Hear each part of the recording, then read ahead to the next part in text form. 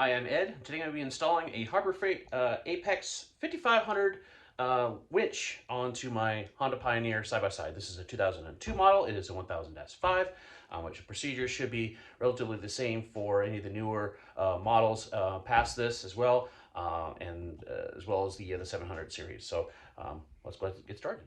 Okay, in this particular setup, I'm going to be obviously installing the winch itself. I have a KFI winch bracket, so that way it is a powder-coated one-piece design, so it makes it really easy to be able to go ahead and take care of. I also have a battery isolator setup. This is from Kemimoto, so it's a kit. This particular one I really like because when doing some research on this, there is an extra wire on here to create an auxiliary bypass. So in case your main starter battery goes dead, you can use the auxiliary battery to also start the vehicle. That's one of the things I'm very paranoid of, is not having enough power to start the vehicle in the event that something does happen. So I also got the Honda OEM switch we're going to be putting in, so I'm probably going to have to do some slicing and dicing on the wirings because this is not going to be matching up. But that is everything we're going to be doing on this particular install. Okay, so it's really helpful to go ahead and pull everything out of the boxes. So last thing I had to do was pull the winch out, and obviously it has lots of stuff in here. So I have the remote. I'm going to figure out how to use this later on, but this is not exactly a high priority. There's the primary wiring harness, and this is the relay kit for the winch itself, as well as this particular kit also comes with a battery shutoff piece. So we can actually disconnect this entirely, so in case somebody does happen to hit the switch when they're not supposed to, unless this is on, it's not going to engage. So I'm going to figure out how and where to put this in, and it's going to be fun. But the major hardware is the primary piece to go ahead and start with this. So first thing we're going to do is obviously go ahead and remove the bumper. So bumper wise, there's a couple different bolts. There's two right there. There's another one down below on each side, and then the whole thing is on a tray mechanism. So the whole thing will just slide right out once we get those bolts out. 14 millimeter for the bottom and 12 millimeter for the top. Okay, so once this is nice and loose, you just pull, and there we go, ready to go. Okay, so here's the bottom bolts here that we're going to, and then here's the top bolts, and this is also 14 millimeter. Okay, so once we have the factory bolts out, we're going to go ahead and get our KFI mount. We're going to go ahead and put it up onto here, and then go ahead and start loosely putting on these bolts. That way everything can go ahead and line up. The top ones are going to be a little hard to get to, which is the reason why some big extensions, especially if you have a little bit of a swivel on there, is very, very helpful. It was actually kind of hard to get the two top ones out because they were really torqued down. But anyways, moving forward, factory bolts. Okay, we have our winch. We're going and slide it up here into the mount. This is mounted upside down, and so the way that according to the manual here, you want to make sure that it's oriented in this direction so it doesn't grind on anything else. But yeah, this is just a matter of just sliding it in here, and then after we do that, we have our bolts that come with the winch. There's 4 of them. So we got lock washer and washer. Make sure that you use those because you don't want these things wiggling out and then this thing just rattling around, especially when you go to time to use it. And then so just go ahead and get this lined up and go ahead and start screwing it in and get it up on here onto this frame. Okay, so this thing was being a royal beast to get in here, so I pulled the whole thing back apart and I put it directly in. It's going to make it more challenging to put the bottom bolts on here, but I was able to pull on this to be able to kind of flare this out, and then also use another bolt to kind of line it all up, and then get this whole thing mounted in here. So now I'm going to be going ahead and mounting it with the whole bracket assembly attached. So yay, fun. Okay, so in hindsight, everything was lining up, but it's much harder to get to the bolts when the winch is already installed onto the bracket. But because I couldn't leverage it and be able to pull it where I needed to and be able to line everything up, and I couldn't see the holes, I had to put it in like this. So it is a long and tedious process to get the bolts all the way down and then tightened, just because it's hard to reach everything, but at least this way works. Okay, so we finally got all the bolts tightened down and everything like that, so we'll go ahead and get the Fairlead. I'm not sure exactly if I'm pronouncing that correctly, but it's this little protector piece, and it goes straight onto the for the bumper here, so the holes line up perfectly. This is awesome.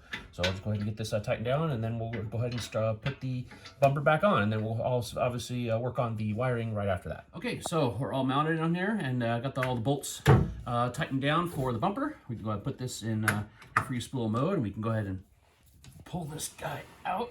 There we go. So this guy looks like it's going to work out pretty well. Now time to go ahead and start working on the electrical. So the electrical is, according to the directions, there's 2 wires that goes down here, and it's going to run up. So it's going to run alongside this this frame over here on the right side, and then there's a hole up above. I'll go ahead and show where once we get all the wires set up, and it's going to go into the relay module for controls. Okay, so the color codes are on this. So this particular one, because I put it upside down in this orientation. Blue right here, and then yellow on the other side. Make sure you put your little boot on here before you start putting the nut on. Otherwise, you're just going to have exposed cabling. So, anyways, that's what we're going to do. And then go ahead and start running the wires up. Okay, so I know this looks like a real big rat nest, so I'm going to go ahead and probably try to shorten these cables up once I get some more spade connectors, so it doesn't look as bad. I'm going to put the control box right over here again next to my other solenoid, so really easy to get to. Have all the main components right here because the wiring comes up right there, and then it just rides along the that one bar part of the frame like I was talking about. So I've got these guys all set up. I'm just go ahead and zip tie them going up the frame. Oops, did not like that. I'll go ahead and zip tie them right here. Now, as far as the wiring, I'm going to go ahead and have another spot here. I'll go ahead and have this wiring diagram. This is what the OEM wiring looks like. I'm not exactly sure on the outside which one's positive, which one's negative for the LED, but we're going to go ahead and figure that out as well. I'll go ahead and include that here in the video. What I'm going to do is I'm going to snip this off here on the ends. I'm going to go ahead and take these wires back, and then I'll go ahead and splice into this. So black is going to end up being one of the commons. So when I'm looking at the wiring that comes with this, what they're doing is they're running a red hot into the center of the switch, and then it alternates between either the green or the white depending on which direction you hit. So we'll go ahead and splice in the same fashion, and then move forwards. I'll go ahead and include the pinouts. Okay, so here is your wiring conversion. So for going from the one that came with this for the Apex winch, and then switching it over to the OEM style.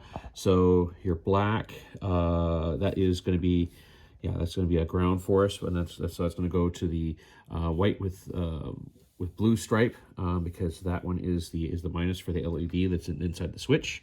And then you're going to tie the black and the white with black together, going to the red wire, so that way the LED also gets power as well. And then obviously your green goes to yellow and your white goes to the blue. So I'm gonna go ahead and pull my heat gun out and go ahead and seal this all together, and then slide another one up, and then go ahead and encase this whole thing, and we're ready to go.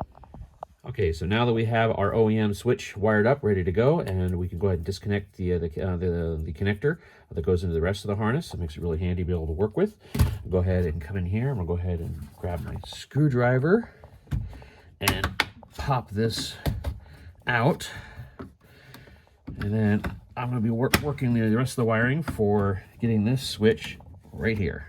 So it's just a matter of just pushing it in, and then there we go. Grab this guy, drop it in. I'll go ahead and grab it from the other side, plug it in, and that's all there is to it. Okay, so here's our test. There's our switch. It's got the nice light up. You'll be able to see that pretty easily. I've already pulled some cable out, and then put it on, put it back in lock, so it's out of free spin mode. I pull and hit the in button. Oh, I also have the power switch. I put in. It's up there. Yeah, I'll have to show you another angle. We'll go ahead and hit the in button, and then that right there. So that works. All right, cool. All right, also works from the remote as well. Perfect.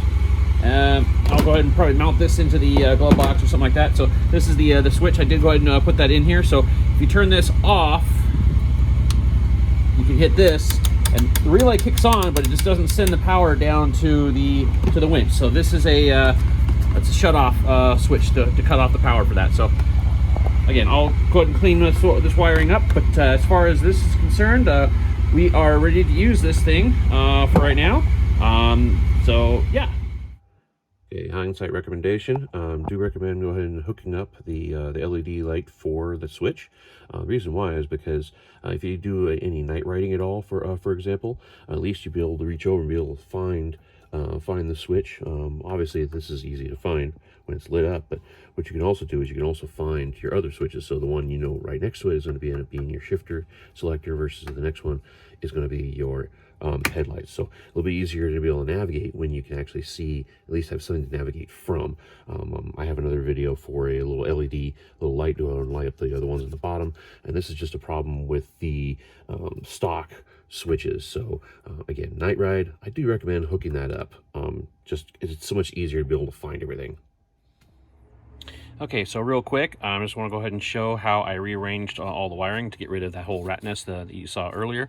So I moved the power switch for the winch over here, so I can just easily, there you go, on and off. So if I know I'm going to need it, I can go ahead and turn that on, no problem.